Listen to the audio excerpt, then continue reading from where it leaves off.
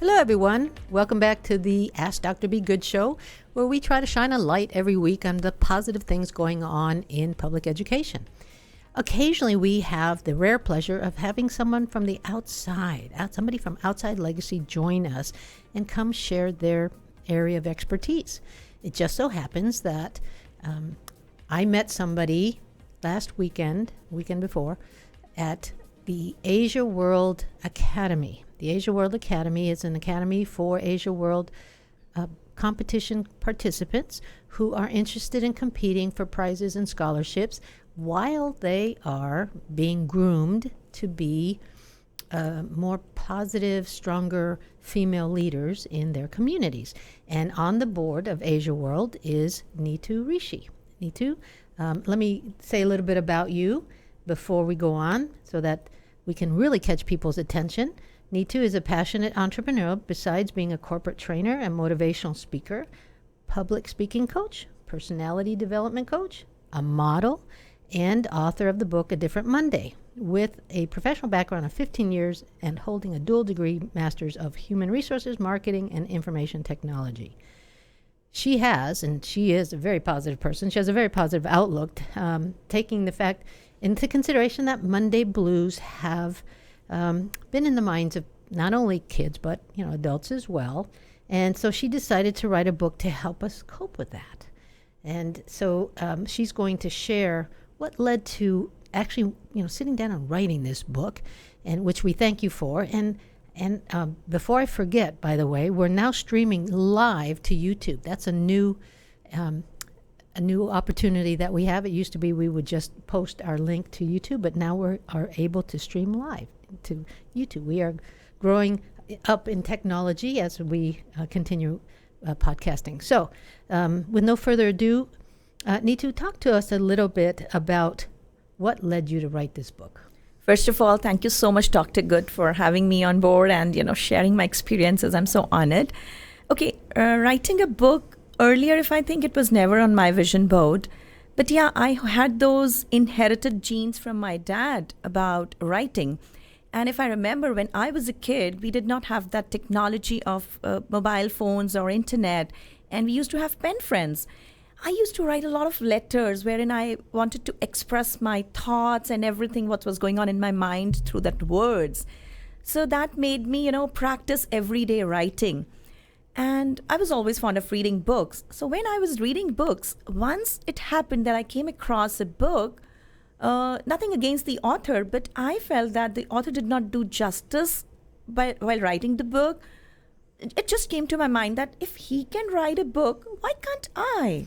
If he can write a book and you're thinking he didn't even write this and he still got published. And then I thought, let me. So I just wrote it on my vision board that I will write a book without any deadline. So 3 years passed by, and then I decided thinking that, no, I need to give a deadline to, writing this book. And I gave a deadline of 2 years that, yes, in 2 years, I'll be able to fix that book. So that was the first time when it came to my mind after reading that book that, yes, I can also write. So that inspired me to become an author. And I'm so happy. I'm so glad that I could finish that today. Yeah. So talk a little bit about the contents of the book as far as what drove you to write it. Yeah. So what happened now, obviously, when it's on your vision board that you want to write a book, it doesn't come automatically. The first challenge that I faced was what to write. Because being a motivational speaker and a corporate trainer, talking about all the soft skills, there were many areas which I thought that I can write on. But I wanted to write a book which can actually help the people in their lives. And when I grew up, I used to face those challenges, every Monday I used to tell to my mom, oh, I don't want to go to school. Then going to college, oh, I don't want to go to college. And when I started working with my career, every Monday I used to fight with myself. I have to push myself, motivate myself. Oh, it's Monday, you have to go. And then it just came to my mind that I see everybody facing these challenges in spite of reading so much of articles on internet, but still they're not able to fix those challenges. So that came to my mind that let me work on this. And last year I took a challenge of posting one life lesson on all the social media. So it was 365 lessons every day. And that was basically the groundwork that I was doing for my book. So I used to post something, it could be a quote, it could be a small incident, a story, which can help people to come out of those Monday laziness, all those things. And at the end of the year 2018, I was ready with 365 lessons. Now the second step was to find out the best from that and put it in the format of a book. And so my book was ready. So you mentioned casually, but they're really not casual terms, these statements that really people need to embrace more. You used the term vision board. Yes. And deadlines. Exactly. I am a person of deadlines because if anybody has to do anything in life, we keep on thinking that, oh, the other day I met a girl and she says, I want to write a book. I said, how long do you want to? It's been how long that you have been thinking? She said, it's been, I think, 10 years. Oh, dear. I said, how much have you worked on it? She said, I've not worked on it. Why? Because you haven't given yourself a deadline. We don't know how much life do we have, and we can't keep on waiting for our dreams to come true. It's in our hands. We define our own destiny. That's what I feel. So I always follow vision board, whatever comes to my mind, whether it is my personal goals, professional goals, health goals, family goals. I just write it there, and then I put a deadline. It could be that I'm not able to always meet the deadlines, but at least I'm pushing myself to do it. So can you talk a little bit about what your vision board looks like? And I mean, do you have it up in your house? And can you? Yes, it is in my, it's in the corridor where I enter to my bedroom, because that's the area which I cross the most all the time. I feel vision board should be at a place where you can see it more often. And my vision board is huge. It has all the visual effects because I'm a person of visuals. So what I'll do is, like, for example, when I wrote this book, I had a vision to gift my first book to a legend singer of India. His name is Sonu Nigam. And so I wrote it on the vision board, but that writing didn't help me. So what I did was I asked my daughter to take one of my picture, one of his picture, and just put a blank book in between as if I'm gifting something to him. She did all the Photoshop, and I took a printout of it and posted it there. Similarly, if I have a dream to have a big mansion, so I took a picture from internet and I posted me and my husband on the terrace standing there, and she did a Photoshop and I posted that on my vision board. So my vision board is full of pictures. Anybody, any layman, if they see, they can find out what does the picture say, where do I want to be, what do I want to do in my life. So that's the vision board I have. And it has, with the black marker, I write the deadlines on that. So what's your deadline for your big mansion? It is 2025. Oh. 2025 April. I've thought to get it on my birthday, April 2025. All right. Let's see, keeping my fingers crossed. All right. Well, happy birthday. Thank you. So whether people understand it or not, you've given some big clues into how you can help motivate people to reach their ultimate visions for themselves, their goals for themselves. So how do you, let's talk a little bit about your book about staying positive. What are some ways that people can stay positive on Sunday afternoon? Okay. The first thing, it is all in our subconscious mind. What I think is our subconscious mind is like our employee or a slave or somebody who will always listen to you. If I keep telling my mind that I'm the best, it will accept the fact and it becomes a universal fact for me. But if I keep telling myself, no, I cannot do it, my, again, subconscious mind will accept it, and I've already declared that I cannot do it. So the first thing I always believe is, don't tell your Monday, oh no, why Monday? Always tell, wow, it's Monday, what's the big deal? So start telling your subconscious mind so that it accepts the fact and it doesn't feel that it is a different Monday. All days are same. All days have 24 hours. All days have the same number of, we always see a sunrise in spite of the weather is bad, but always, everything is doing the same things. We are always blessed in the morning. We have two eyes to, see the beautiful world. So the first thing is tell your subconscious mind what you want to do.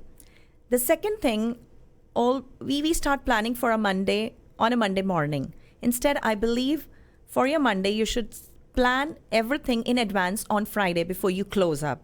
Before you go on your weekend, you should be ready with your tasks. The third thing I always say is Monday morning is not for those urgency or urgent tasks. We try, this is very important. I will do it on Monday morning. Monday morning, how you're going to do? Because you have just come out of your lazy weekend and you were spending time with your family. You were in your couch watching TV, going out. How can you expect your body to come in that framework? So Monday morning till 12 noon, I always suggest go with the easy tasks. If you are into customer relationship kind of job, talk to those customers who are easy. Don't talk to the toughest client in the morning so that you start feeling negative. So these are some of the ways. And planning, organizing your day. When you organize, I am a person, I will organize my whole week on a Friday before I start doing any party or anything that I do. It will be on my paper. And don't keep it in mind. Always pen it down. Because we don't have to pressurize our mind always to remember everything. When you pen it down, my planner will take care of it. And so Monday, I always keep it easy. The toughest things I keep either Monday evening or I work on Tuesday, Wednesday. Tuesday, Wednesday are the best to work on the toughest challenges or the most urgent or most important tasks that I feel. You know, one of the things that I really connected with you on is the fact that I'm trying to change the culture at Legacy as far as how we approach Monday, not only from the kid standpoint, but from the adult standpoint. Exactly. And so I don't start on Friday. I will tell you, I guess I need to read your book, so I need to know how to go back Friday. But on Sundays, I have a calendar alert for 4 o'clock to go and start the Monday post. And I go into Pinterest and I find the Monday motivational thing that I want to post. And it used to be, when I first started, that's all I posted.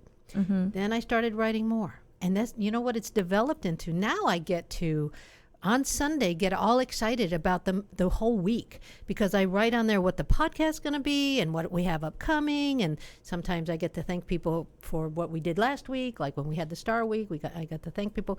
And it gets me all hyped and thinking, this is, wow, look at what we have to look forward to. Yeah, because Sunday, you have already feeded your mind with all those activities. So you've already prepared yourself for a Monday morning. So it won't challenge you, right? No, it works great. I've got to tell you that I look forward to doing the Monday post on Sunday. And God bless the Facebook magic. I can schedule it for 5 a.m. Monday morning. And now I do it in English and Spanish now that I put all this text. So, I mean, it certainly has become a labor of love, because it's not a quick, I got to post a quick Monday positive thing. I actually spend time on it, but the time is worth it because it motivates me. Exactly. And my hope is that it motivates our staff and our parents who read it. So it's a win-win for everybody. And that's a self-motivation. I remember when people call me and ask, can I call you every morning and, get some motivation from you? I say, no, learn to be self-motivated. Instead of calling me again and again, I will tell you how to motivate yourself. So that's what you're doing on Sundays. Who knew? Yeah. Too bad the book's already been written about it. Buy your book, right?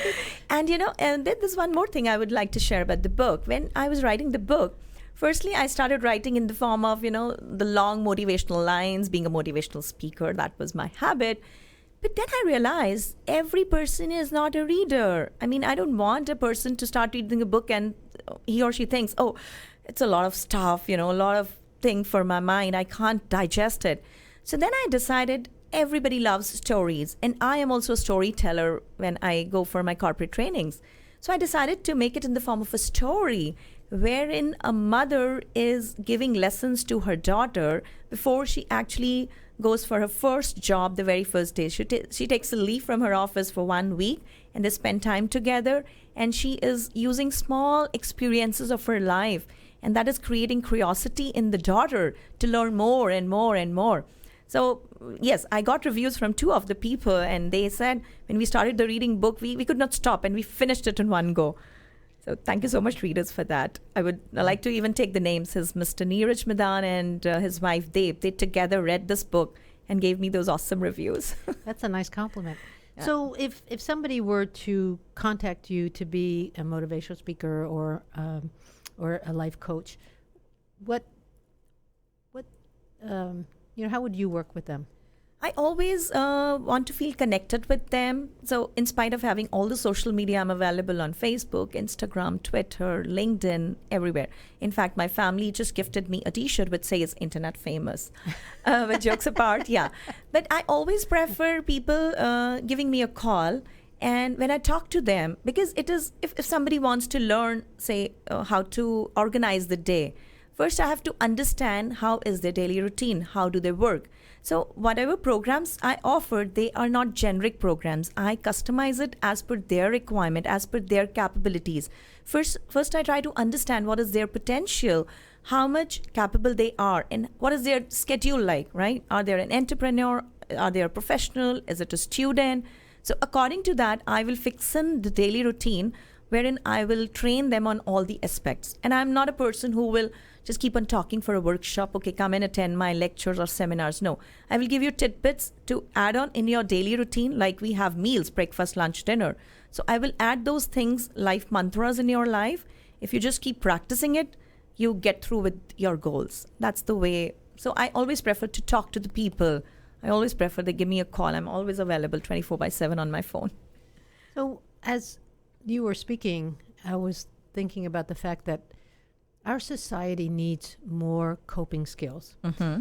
We seem to be gravitating towards the negative. Mm-hmm, exactly. And so talk about some of the experiences that you've had with people that luckily reached out to you and because they sensed that in them. Talk about some of the success that you've had. Yes, it was like, if I talk about when it was my second job, I was in India, my home country, and I was in a school as a nursery in charge, the elementary in charge, basically they call it as, and I was having 12 teachers whom were under my guidance. And one of the teachers, she was very experienced, and I always felt that she deserved that position, but the board of members, they decided to get me on board for that position. So she always used to, talk little to me or feel insecure about me. Anyways, I always treated everybody positively, and I moved on. After 5 years, she returned back to me through Facebook, and she said, "Do you remember me?" I said, "Yes, I do remember you." And then she started talking to me, taking some guidance from me. And 2 years back, again, she approached me. She moved to Canada. And she was asking me, I'm facing these more challenges in my life. And as a friend, she said, "I take you as my elder sister." I said, "Why not? I'll help you." So I kept on telling her those positive things in her life, to have that patience in her life.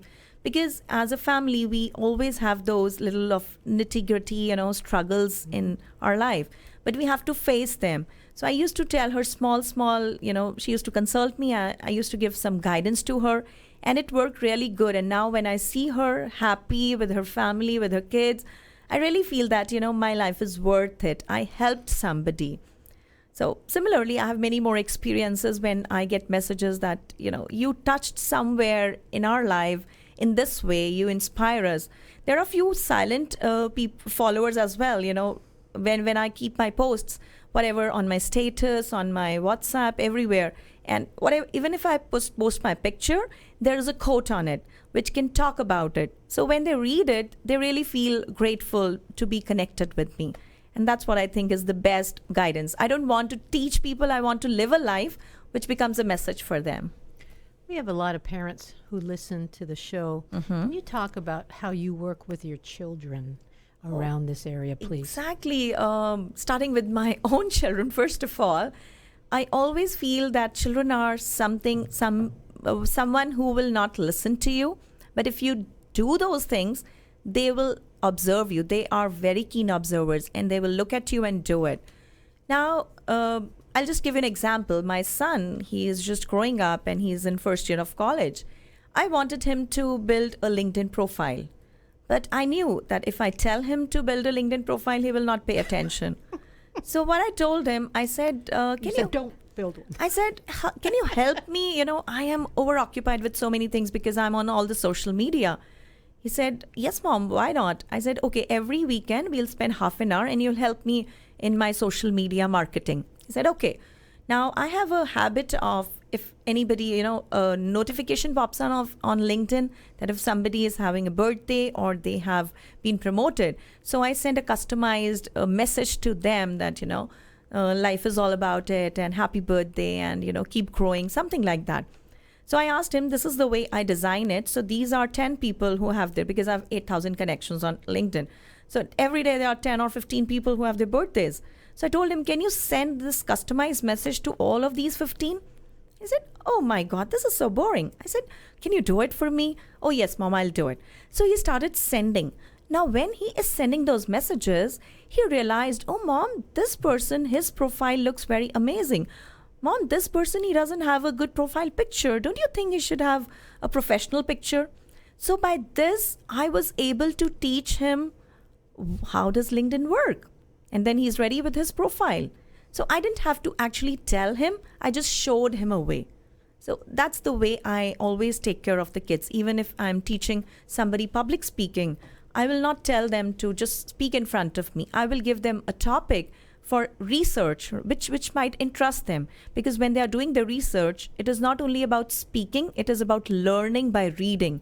They should be aware about so many aspects are going on in our lives. So they should read about it. If I want my child to read about leaders, I'll tell, okay, can you help me? I'm looking for, some content on leaders. Can you find 5 leaders who have done something good, courageous in their life? He'll help me out. He'll bring the content. Okay, I don't have time. I'm just doing the cooking. Can you just read it out? He will read it out. So what happens? I helped him to do the research. I helped him to speak out. And then I'll tell him, oh, you were using filler words. You did not have an eye contact. And the third thing, I also get the knowledge and my work is done to teach the kids. So that's the way I do with all the kids.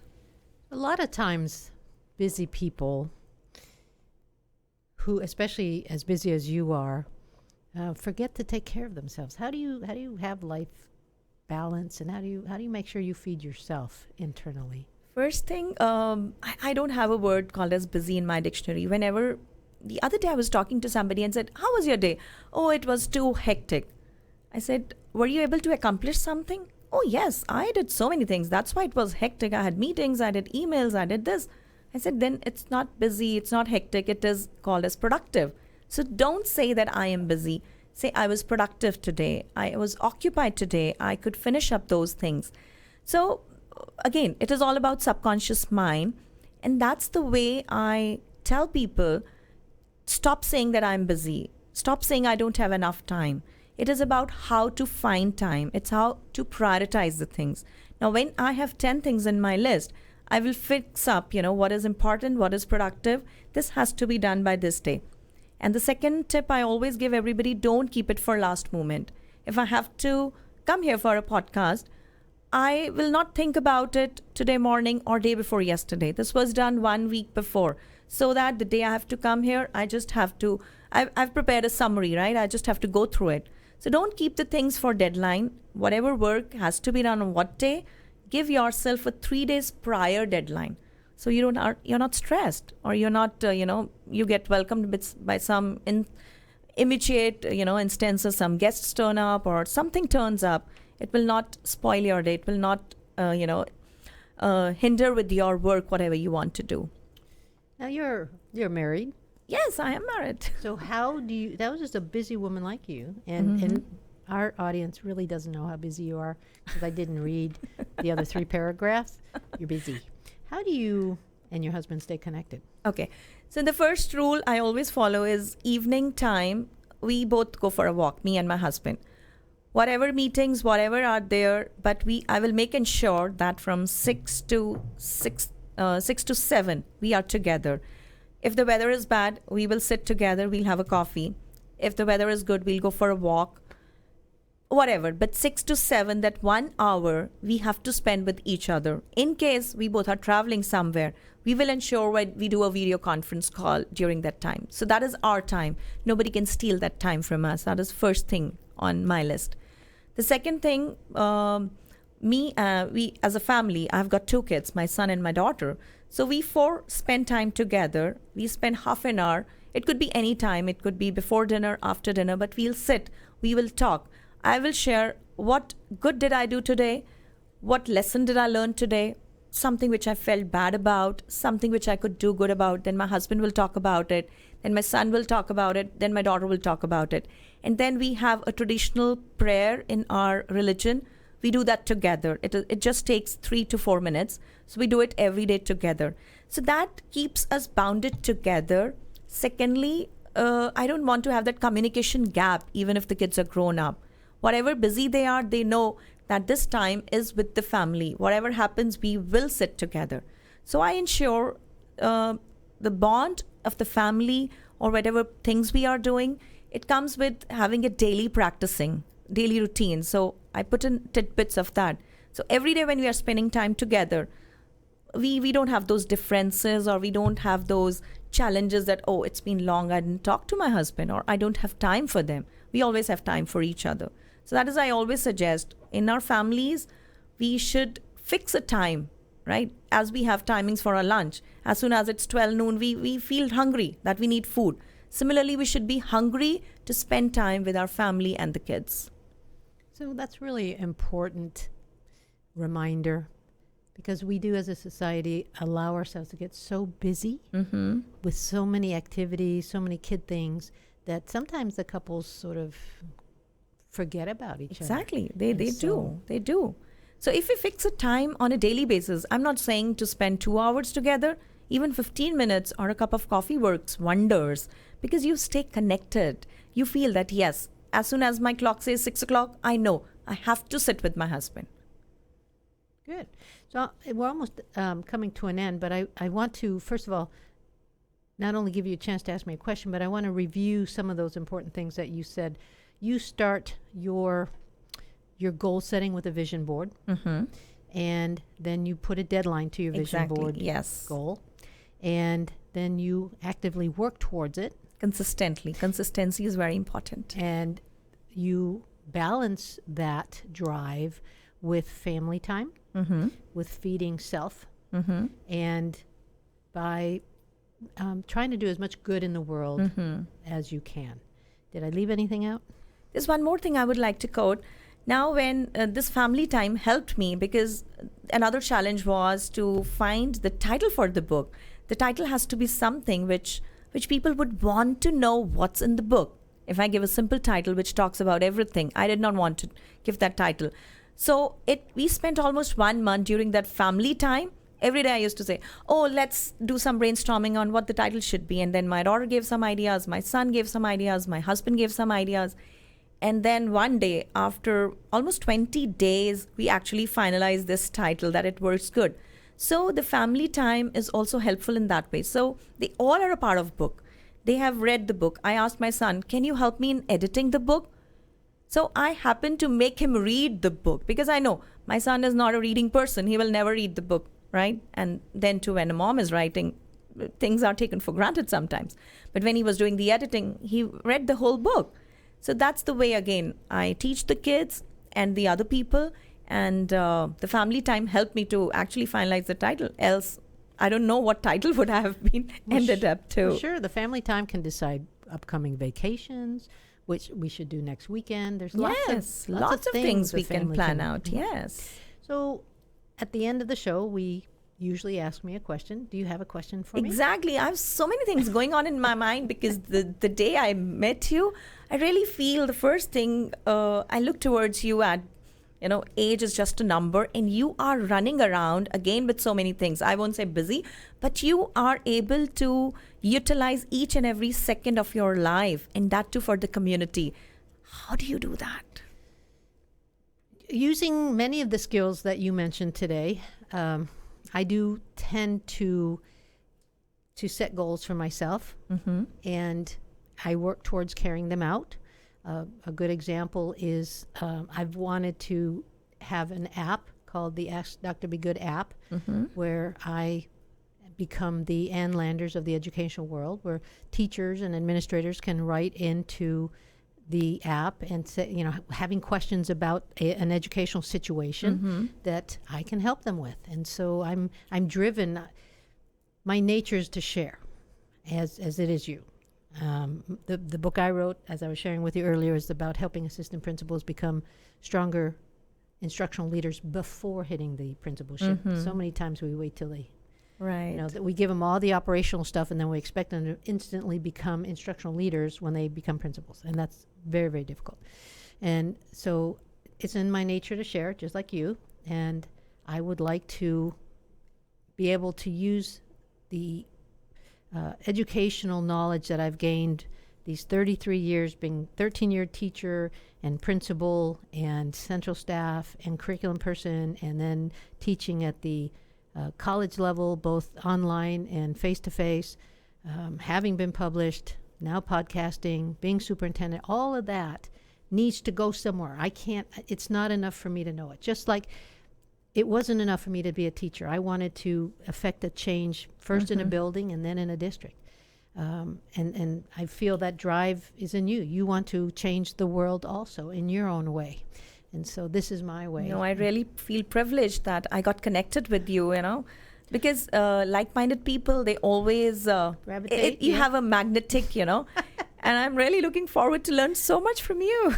Well, and so we didn't really talk much about what we're doing together. You and I are at the Asia World Academy. Yes. You are doing which section of the academy? I'm taking care of the overall grooming in terms of, last time my session was, what is your body shape and what kind of gowns you should choose. Then I'll work upon your face shape and what kind of hairstyles or what kind of makeup you should do. So I'll be working on those parts, which is like the beauty, or we can say grooming, the exterior image that people look at into it. Because you have been in competitions. Your Mrs. America competition. I wish I was. I have been into, recently I participated in a beauty pageant that was Mrs. South Asia. And because of my speaking skills, I got the title Mrs. Classic Well Spoken. And I couldn't win the crown, but for me, it was more of learning, more of networking with like-minded people, and feel that important, when all the eyes are at you and you're walking on the ramp, that makes you, on the top of the world. For you. For me, not so much. I'm doing the leadership part, helping young ladies become stronger leaders. And I did have one young lady look at me and say, you know what, I will stop putting myself down when somebody compliments me. And wow. That's what we need to do. Exactly. So thank you for that. We have come to the end of our latest podcast, the Ask Dr. Be Good show. And we thank Neetu Rishi. Please look at the information. We've got contact information that we'll be posting. Her telephone number is 469-988-4134.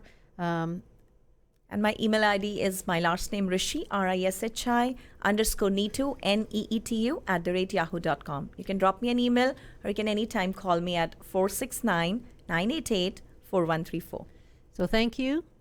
And again, we encourage you to go to the post and get that contact information to buy her book. Thank you, Thank Neetu. you so much. Thank you.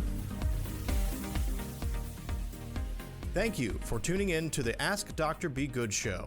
For more information on Legacy Preparatory Charter Schools, visit our website, legacypca.com, or call 469-249-1099. And remember to like us on Facebook, where we stream live weekly Tuesdays at 3 p.m.